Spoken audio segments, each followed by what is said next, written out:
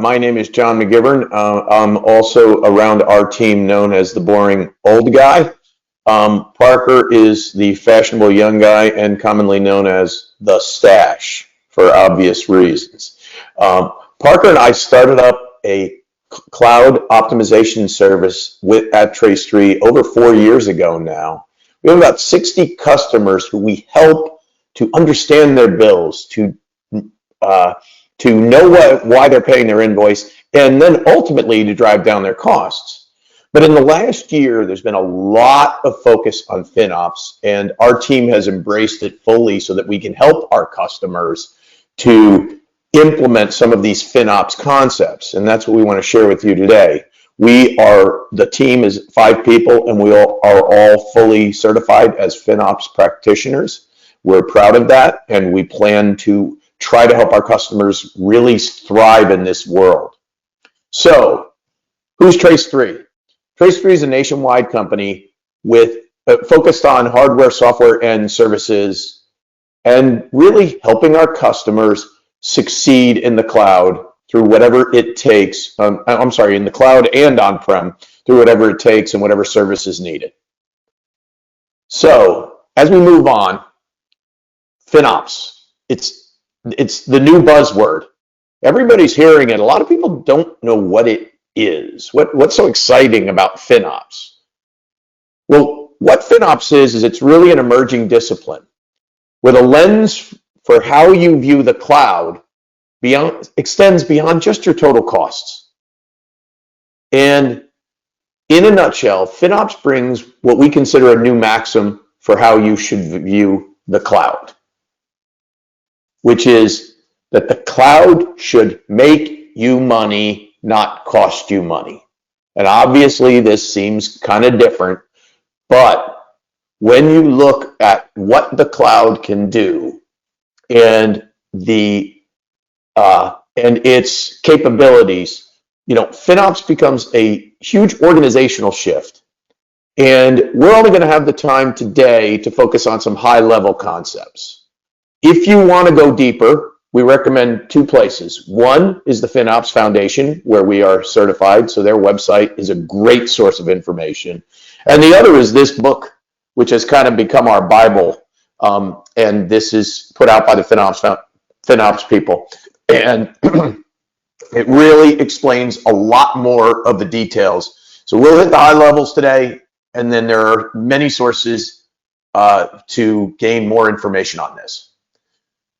So, to properly achieve the maxim that we're talking about, the first necessity is a change in mindset. The organization truly has to view things differently. And we believe there are 5 mindset changes necessary if you truly want to succeed in FinOps, and we're going to share those with you now. We all know that the cloud has changed the procurement process really forever. And if the cloud is done right, your DevOps teams are empowered to spin up things as they need them, spin down things as they don't need them. But basically, if done correctly, purchasing and provisioning is decentralized, and your DevOps teams are empowered such that they can innovate faster and reduce time to market. And as we think about making money, remember those concepts. And this is obviously a scary thing to an organization that has always had centralized purchasing control. So FinOps helps you manage through that as you go. The next mindset change is this idea of the on-demand nature of the cloud. Okay, capacity management now changes from being a step function that all of us in the on-prem world, and I've been there for 35 years, are used to. It's capacity, step functions, large step functions usually. And in the cloud, it becomes a continuous process across all types of resources.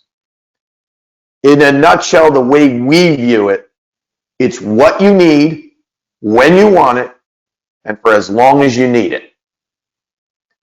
So the next concept that people need to, change their thinking on is this idea of, modern architectures. In the on-prem world, introducing modern architectures was not the easiest. And in the cloud, it becomes much easier. Things like microservices, containers, which we've seen a lot on today, just right before with SUSE, serverless, and all sorts of other modern features that really didn't exist in the on-prem world, or if they did, it was limited. And when you couple the modern architecture stuff with X as a service, you can do amazing things, and you can do them quicker than ever. There's a never-ending list of canned services being provided in the cloud by all of the different providers. And it just blows my mind. Even for us, who it's our job to be on top of this, it's hard to keep up on all of them. But with X as a service out there, the buy versus build discussions can be expedited and new technologies tried without excessive effort. You can go try out Amazon Poly or GCP BigQuery. If it works for you, great. And if it doesn't, no harm, no foul. It didn't take you that much time. So you can really change time to market with all the services that are available.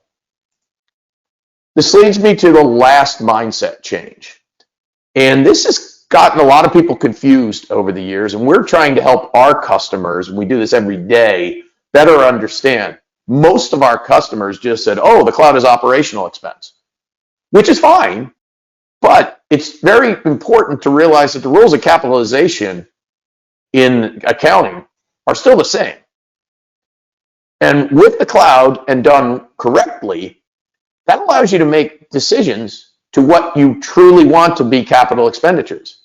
Traditionally R&D, upfront commitments. So we help our customers understand and categorize their workloads so that they know which ones are clearly R&D, because then they can capitalize it. Upfront payments, we handle them differently with our customers to ensure that they understand that these can be amortized over time. Okay? So at this point, I've kind of gone through the 5 mindset changes, and I want to turn it over to Parker to move on to the next concept and organizational focus. Thanks, John. So when we work with clients to integrate and educate on FinOps within their organization, it's not just about the mindset shift, but it's the cultural shift that needs to happen within the organization. And these are important in order to find success in FinOps and actually make a difference in how you're treating the cloud. So I have 6 cultural changes that we believe are crucial in this step to be successful. The first is how we're viewing the cloud. Lots of clients that we've talked with over the last 5 years still view cloud as a piece of infrastructure. And they're not leveraging all of the cloud features that are available today, such as X as a service. They're still building everything from scratch just because that's what they're used to doing. But with the cloud's on-demand nature and immediate provisioning and the myriad of services that are constantly being announced at AWS reInvent, the cloud should really be viewed as a vehicle to quickly try out those new ideas and bring something to market in a shorter period of time. The next is the distributed buying concept that John touched on, but also coupling that with a centralized governance team. Think about the FinOps group within your organization as your air traffic control at the airport. The FinOps team becomes the glue between all parts of your organization. They understand all of the costs, they understand and supply all teams and stakeholders their necessary reporting, and they're continually taking advantage of aggregate cost-saving vehicles such as commitments. And this team allows those different business groups to focus on what's important within their groups, knowing that there is that centralized team that is watching all of the landscape of the cloud for the company. And then obviously, as I just touched on this, the collaboration between groups is something that needs to be better worked on.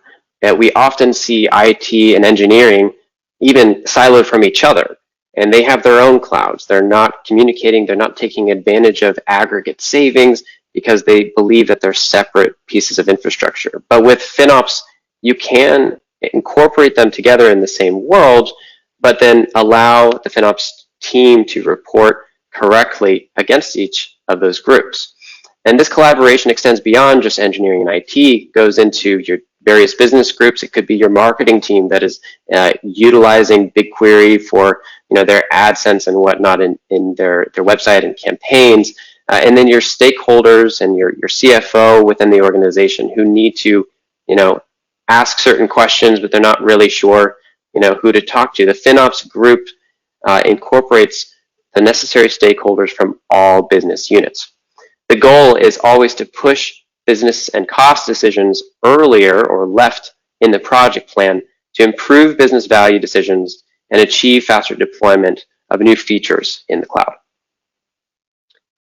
And going along with that, the language that we're using, the lexicon between different groups is a difficult item to work through because engineering often has their own jargon that they're used to using, their acronyms, and the terminology that they're referring to their projects or the different costs are often different than how the finance team is viewing the costs. The finance team receives an invoice for AWS and GCP, and they're looking at certain things and they're saying that looks like a cost center.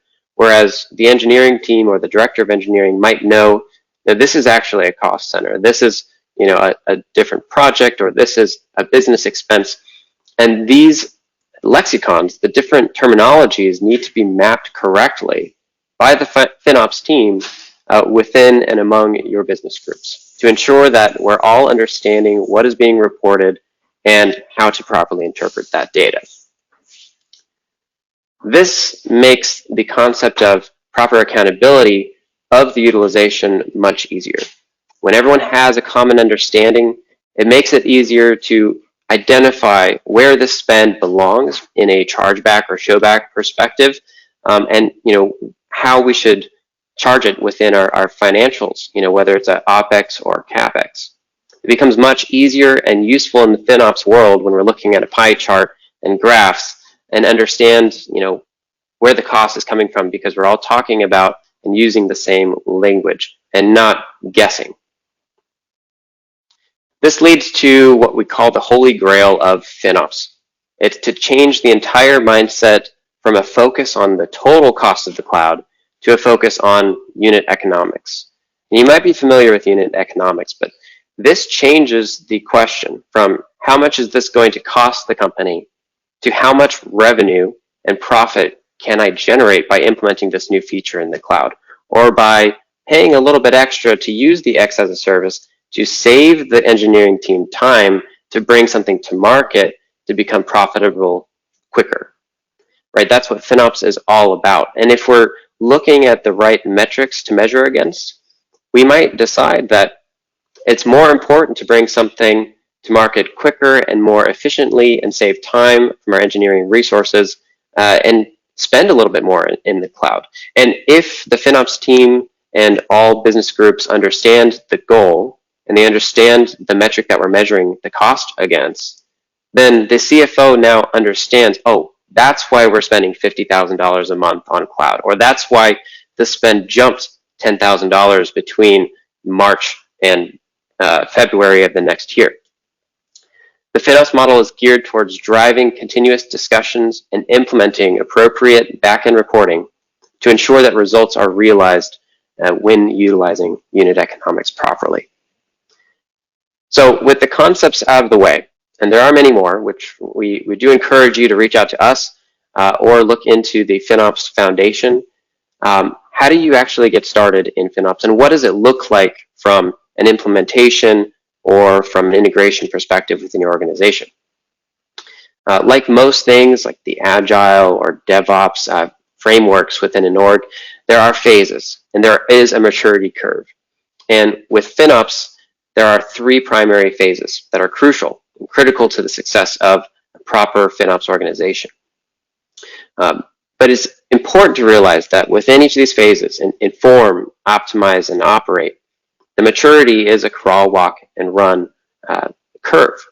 And it's not just a one-time project. It's not just a 6-month, let's do this kind of thing. We see FinOps take a year, 2 years potentially, for an organization to fully implement, build out their team, and mature their phase procedures.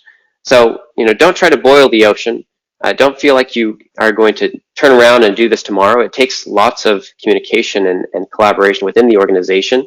You might have to hire a few people. You might need to hire a consultant like Trace3 to come in and help you get there. But don't beat yourself up if it's not perfect the first time. So let's talk about each of these phases. The first phase is inform. And the overarching goal of the inform phase is to deliver accurate reporting to all stakeholders and then continuously improve the process through productive feedback loops. And this might be something that you look at with the FinOps team or persons once a week, once a month, depending on where you're at in the crawl, walk, and run. You might not do each of these items the first time you go through the phases either. But we're talking about what kind of tagging, what kind of language we're utilizing within our reporting. Are we actually putting the shared services in the correct buckets in our chargeback and showback reporting? And are we delivering reporting on time or in time for the necessary dates of the month, when the finance team is having to pay the bill? Are we delivering reports, giving them enough buffer time to either review and ask questions before they're signing off and paying the invoice? And again, continuously looking at the metric that we're measuring success in the cloud, the unit economics. And again, that's informed. We're just looking at information. We're just pulling information from the cloud in this phase. Then we move into the optimize phase.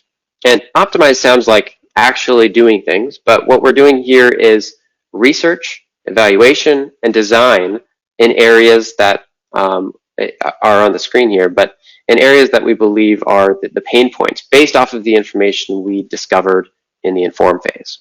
And this includes looking at assets that need to be cleaned up, because it's so easy to leave messes in the cloud. Nothing's tangible anymore. Before, you could look through into your data center and see what was turned off and what was turned on.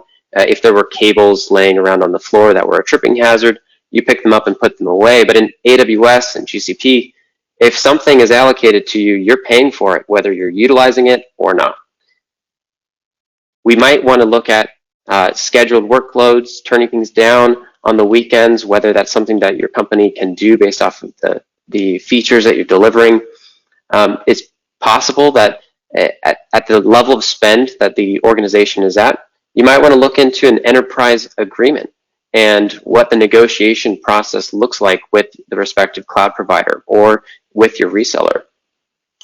And then what are things that you can upgrade? AWS reInvent just happened. They released all sorts of new compute types and features. Maybe we can take advantage of some of those, along with more modern architectural items that John touched on earlier. And after we've gone through the optimize phase, it's now time to take these concepts and take action upon them, as long as they're agreed upon with the FinOps team and the engineering resources and the finance group. And this means, again, taking action on the cleanup efforts. But it's important to realize that just because there are maybe right-sizing opportunities or cleanup efforts, if it's a monumental task, and it might take your engineering resources a week or more to complete, but that week or more could be utilized to bring something to market quicker, perhaps it's more worthwhile based off of your unit economics, your metric by which you're measuring success. It might be worth going for the bringing something to market first before just cleaning up, based off of the time, the cost, etc. And then implementing automation, executing on purchasing reservations, commitments, or signing an enterprise agreement, implementing those upgrades and architectural changes. And then again, at the end of this process, do we agree that we're correctly measuring our costs against, whatever metric it is, whether that's clicks on the website or the app, or downloads of your application, or installation, or, users, seats in the system, against the cost. And it's a continual adjustment, an agreement within the organization on how you're measuring things. And lastly, FinOps is something that is going to take time, like I said, but it's something that is cyclical. It's not a one-time effort, and you're always going to improve and get better at it. So with that, I will turn it back to John to close us out. Thank you. So you go through these iterations that Parker talks about. Where do you end up? What does success look like? Are we maximizing value? Are we properly collaborating and being accountable as an organization and as each group? And ultimately, are we truly innovating and reducing time to market? Remember the ultimate goal if you're doing FinOps to its utmost, which is it's about making money. It's about using those features of the cloud to actually make a difference for your business. So with that being said, I'd like to thank you for joining us today. If you'd like to visit us, you can reach out to us at our email address or on our website. And once again, we encourage you to do some research with the FinOps Foundation, also very, very powerful organization. And with that, Parker and I want to say thank you and wishing you the happiest of holidays.